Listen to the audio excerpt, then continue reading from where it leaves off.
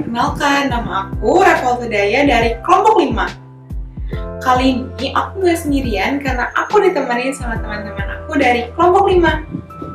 Yuk, kita kenalan dulu sama aku dan juga teman-temanku dari kelompok 5. Nah, yang pertama ini ada Raffi Ramadhani, kemudian ada aku sendiri, Reva, kemudian ada Syakir, ada Sifar Fadila, ada Syifa Aulia, ada Vera Widya, dan juga yang terakhir ada Wisnu Wardana. Teman-teman, kalian tahu nggak sih apa itu sosialisme dan apa itu komunisme? Dan apa sih keterkaitan di antara kedua ideologi tersebut? Nah, kali ini kelompok kita bakalan ngebahas tentang sosialisme, komunisme. Buat teman-teman yang penasaran, yuk kita langsung aja ke videonya.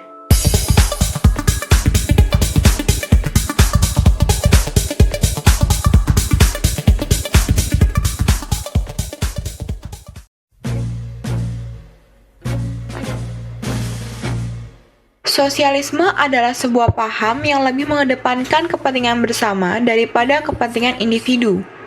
Dengan mengedepankan kesamaan serta persamaan untuk mencapai tujuan, yaitu untuk memajukan kesejahteraan dan kemakmuran masyarakat secara bersama. Kemunculan ideologi ini berawal dari adanya kesenjangan ideologi liberalis yang mengutamakan kepentingan individu sehingga menyebabkan timbulnya kelompok majikan dan budak. Sosialisme muncul di akhir abad ke-18 dan awal abad ke-19 sebagai reaksi dari perubahan ekonomi dan sosial yang diakibatkan oleh revolusi industri. Revolusi industri ini memang memberikan keberkahan untuk para pemilik pabrik pada saat itu. Tetapi di lain pihak para pekerja justru malah semakin miskin. Semakin menyebar ide sistem industri kapitalis ini, maka reaksi dalam bentuk pemikiran-pemikiran sosialis pun semakin meningkat. Meskipun banyak pemikir sebelumnya yang juga menyampaikan ide yang serupa dengan sosialisme, pemikir pertama yang mungkin dapat dijuluki sosialis adalah François-Noël Babeuf, yang pemikiran-pemikirannya muncul selama Revolusi Prancis. Dia sangat memperjuangkan doktrin pertarungan kelas antara kaum modal dan kaum buruh yang di kemudian hari diperjuangkan dengan lebih keras oleh Marxisme.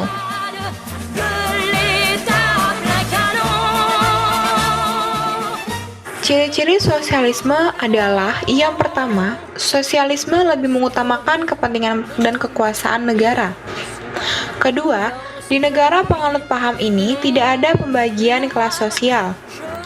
Ketiga, hak milik pribadi atas produksi tidak diakui.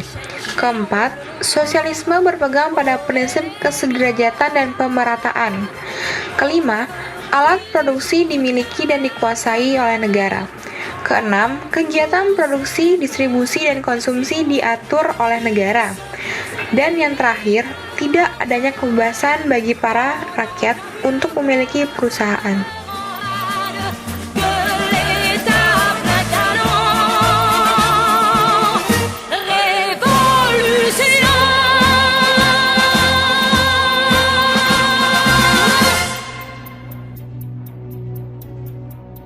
Dalam sosialisme, rasa solidaritas dan kebersamaan dalam gotong royong antar masyarakat sangat tinggi. Kedua, selain itu, adanya pemerataan sosial sehingga tidak terjadi kesenjangan antara yang kaya dan yang miskin atau budak dan majikan. Ketiga, dalam menyelesaikan setiap masalah dilakukan dengan cara demokratis. Keempat, dalam paham ini, adanya keinginan menciptakan masyarakat sosialis dengan kejernihan dan kejelasan argumen, bukan dengan cara kekerasan dan revolusi.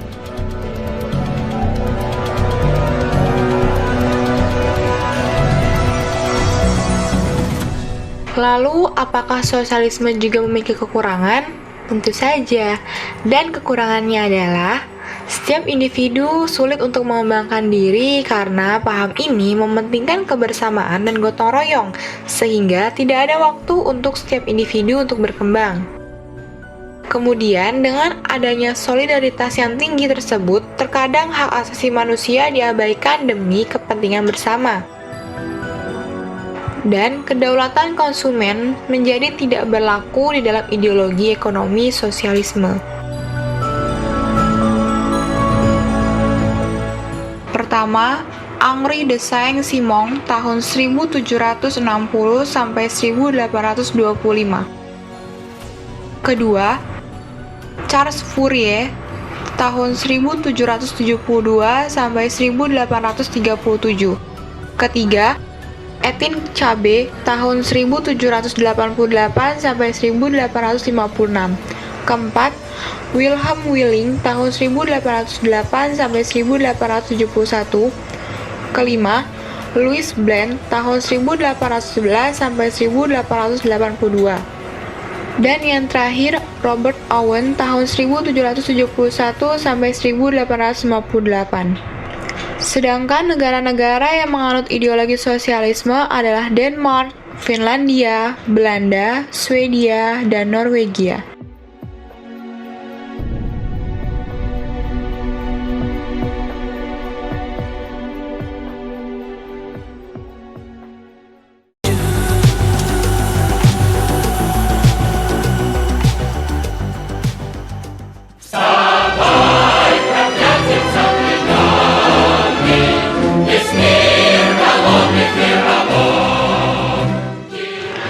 Sekarang kita beralih ke komunisme. Apa sih komunisme itu? Komunisme adalah paham yang lebih mengedepankan kepentingan umum daripada kepentingan pribadi maupun golongan atau kelompok. Ideologi ini menganut bahwa alat-alat produksi baik itu berupa tanah, modal, serta tenaga kerja adalah milik bersama. Karena dalam paham ini tidak mengenal adanya kelas atau kasta dalam masyarakat. Komunis adalah ideologi yang dibuat oleh filsuf Karl Marx pada tahun 1848. Selanjutnya, komunis menjadi sangat terkenal saat dibawa Vladimir Lenin dengan revolusi Bolsheviknya di tahun 1917, yang kemudian menjadi awal berdirinya negara Republik Sosialis Uni Soviet atau disingkat USSR pada Desember 1922. Ideologi komunis memiliki 5 ciri, yaitu: ciri pertama, dia menganut teori perjuangan kelas. Artinya, penganut komunisme akan memperjuangkan kelas atau kelompoknya. Contohnya seperti kaum proletariat yang melawan kaum kapitalis atau tuan tanah. Berikutnya, penganut komunis cenderung menjadi ateis. Mereka menganggap Tuhan tidak ada sehingga mereka tidak beriman kepada Tuhan. Ciri selanjutnya adalah kepemilikan barang menjadi milik bersama. Komunisme tidak membiarkan seseorang memiliki hak milik pribadi atau menguasai barangnya.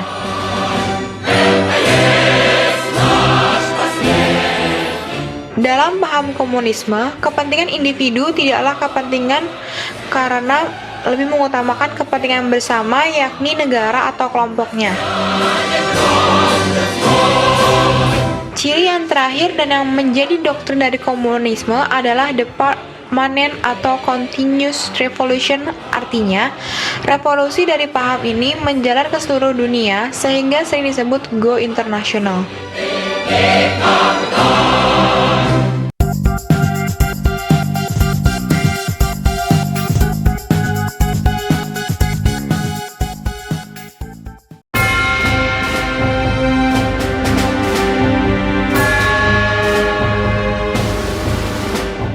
Pertama, paham ini beranggapan bahwa seluruh orang sama, sehingga tidak ada yang merasa lebih unggul. Kedua, pengangguran, inflasi, dan keburukan ekonomi lebih mudah dikendalikan. Sebabnya, karena pemerintah mempunyai kekuasaan penuh dalam segala hal. Ketiga, di negara yang menganut paham komunis, jarang terjadi krisis. Dan yang terakhir, semua warga dianggap sama di mata pemerintah sehingga tidak ada yang lebih diutamakan.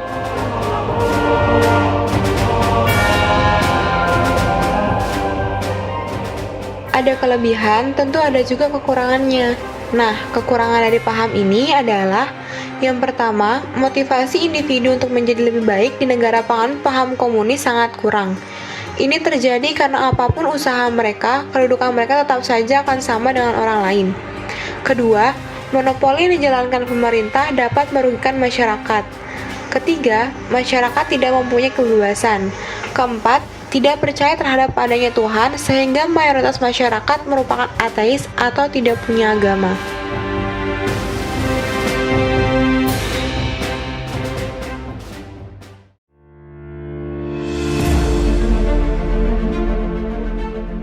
Pertama ada Karl Marx tahun 1818 sampai 1883. Kedua ada Friedrich Engels tahun 1820 sampai 1895. Ketiga ada Vladimir Lenin tahun 1870 sampai 1924. Keempat, Joseph Stalin tahun 1878 sampai 1924. Dan yang terakhir ada Mao Zedong tahun 1893 sampai 1976. Sedangkan negara-negara yang masih menganut ideologi komunisme adalah Cina, Korea Utara, Laos, Vietnam, dan Kuba.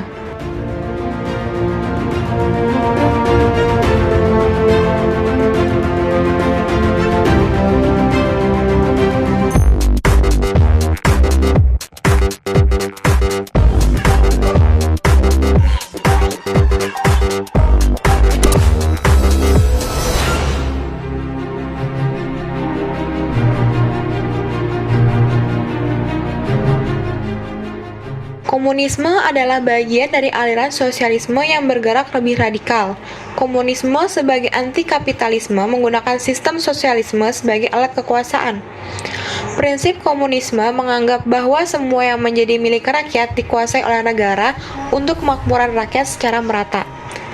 Pada awalnya, paham sosialisme yang dicetuskan oleh Thomas More menekankan pada pemerataan ekonomi, politik, hukum, dan aspek-aspek kehidupan lainnya.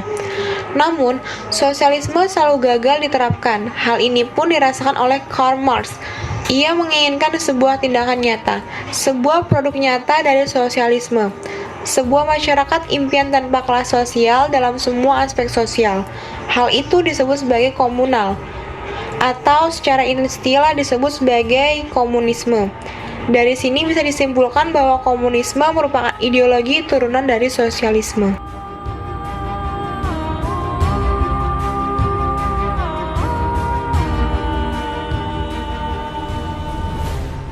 Sosialisme dan komunisme sama-sama dibangun di atas premis bahwa individu akan berkontribusi kepada masyarakat berdasarkan kemampuan masing-masing. Keduanya menganjurkan bahwa lembaga yang ada terpusat dan terkontrol oleh pemerintah atau kolektif. Akibatnya, sistem tersebut dapat menghilangkan bisnis swasta seperti produsen barang dan jasa. Keduanya sama-sama menguasai sarana-sarana produksi dan pembagian hasilnya sama rata. Keduanya dijalankan berdasarkan teori kepemilikan yang sungguhnya berasal dari para pekerja, kebanyakan properti bersama. Dan yang terakhir, keduanya sama-sama mendahulukan kepentingan banyak orang, bekerja demi pemerataan kesejahteraan, dan berupaya memajukan kedamaian.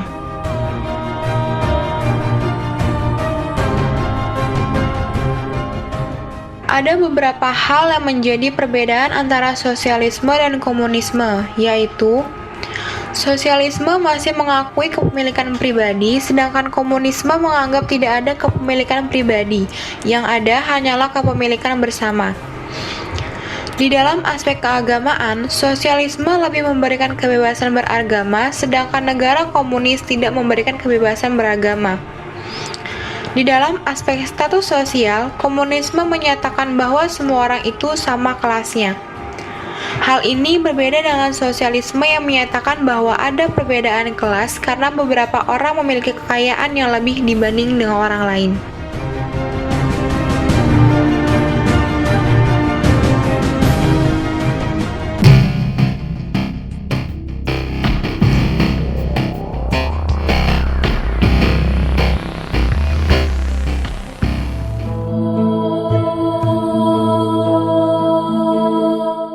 Sosialisme di Asia dan Afrika dikenal karena adanya kolonialisme dan imperialisme Eropa. Sosialisme memberikan pandangan bahwa setiap individu diciptakan setara tanpa kelas. Oleh sebab itu, timbullah perlawanan bangsa Asia Afrika terhadap bangsa Eropa yang pada saat itu bangsa Eropa seringkali melakukan diskriminasi sosial terhadap bangsa yang dikuasainya, sehingga memicu lahirnya sosialisme. Sosialisme mendorong gerakan nasionalisme melalui organisasi-organisasi politik untuk menyalurkan aspirasinya. Salah satunya yaitu munculnya Indische-Partei.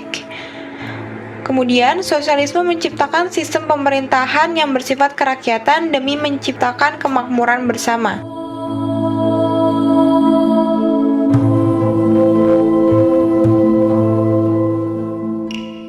Pertama, komunisme mendorong lahirnya gerakan politik yang lebih radikal dan revolusioner untuk mengambil alih kekuasaan dari tangan kapitalis dan imperialis. Kemudian, komunisme juga memunculkan gerakan-gerakan yang berusaha untuk mengambil alih kekuasaan yang dilakukan oleh kelompok buruh dan tani. Yang terakhir, komunisme menjadikan negara sebagai penguasa alat produksi untuk menciptakan kehidupan ekonomi yang merata.